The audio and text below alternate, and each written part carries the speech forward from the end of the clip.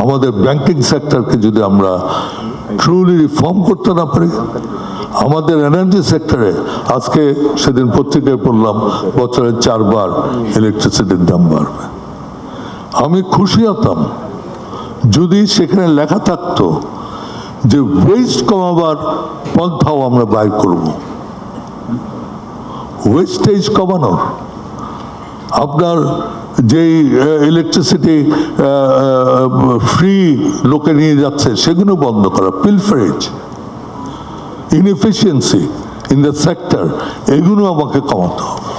আপনি ইচ্ছা মতো আপনার সেক্টর চালাবেন আর সেইটার পয়সা আপনি একদিন সকালে আমাকে নোটিফাই করে দেবেন যে আমি 10% বাড়াইছি, 15% বাড়াইছেন, আমাকে দিতে হবে, সেটা তো হবে না। আপনি একদিকে বলছেন ডিসঅ্যাডভান্টেজ যারা আছে, পিছিয়ে পড়া যারা আছে, তাদেরকে আপনি সামনে আনতে চান। আপনি কি এইভাবে ইলেকট্রিসিটির দাম বাড়িয়ে পিছিয়ে পড়া লোককে সামনে আনতে পারবেন? প্রত্যেকটা জায়গায় আমাদের এই জিনিসগুলো হচ্ছে ওয়েস্টেজ, ইনএফিসিয়েন্সি, এগুলোর উপর আমাদের জোর দিতে হবে। গুড গভর্নেন্স, এটার উপর জোর দিতে হবে। Without this we cannot go forward. আমরা স্বপ্ন দেখতে পারি, সেই স্বপ্ন আমরা এতদিন বাস্তবায়িত করেছি। আমি I will be very frank, যখন বলা হয়েছিল 2024-এ আমরা এই যে একটা ডেভেলপিং 2021-এ ডেভেলপিং কান্ট্রিসে ট্রান্সফর্মড হবে, many of us could not believe, but it happened. আমাদের সেই স্বপ্ন আমরা বাস্তবায়িত করেছে।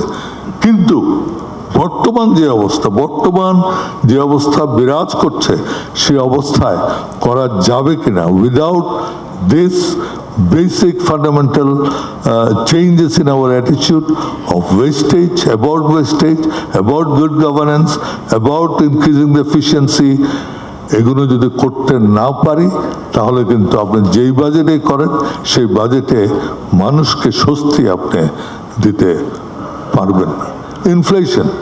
ইনফ্লেশন বন্ধ হচ্ছে না, তার প্রধান কারণ আমি বলবো দি ট্রেড ইন দ্য কমোডিটিস, এটার একটা ফান্ডামেন্টাল চেঞ্জ হয়ে গেছে। আজকে কমোডিটিস ইম্পোর্ট করে হাতে গোনা 6-7 জন লোক, আগে এটা হতো না। আগে ইন্ডিভিজুয়ালস ইজ টু ব্রিং, এবং তারা মার্কেটে আসতো, there is to be a competition. আজকে 5-6 জন লোক তারা ইম্পোর্ট করছে এবং they have a syndicate, whatever price they want they can get ইট।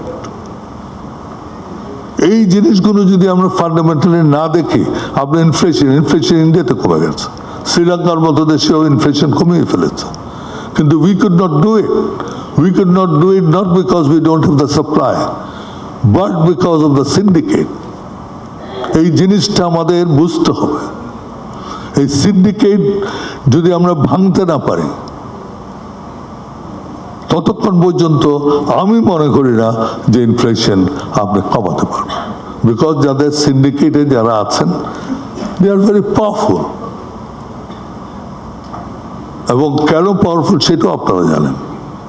সুতরাং এই যে ইনফ্লেশনের কথা বলছে, মানুষের যারা পিছিয়ে পড়া মানুষ, তারাই সবচেয়ে এফেক্টেড হচ্ছে আজকে because of inflation, and this inflation has continued for last 2 years almost 10%.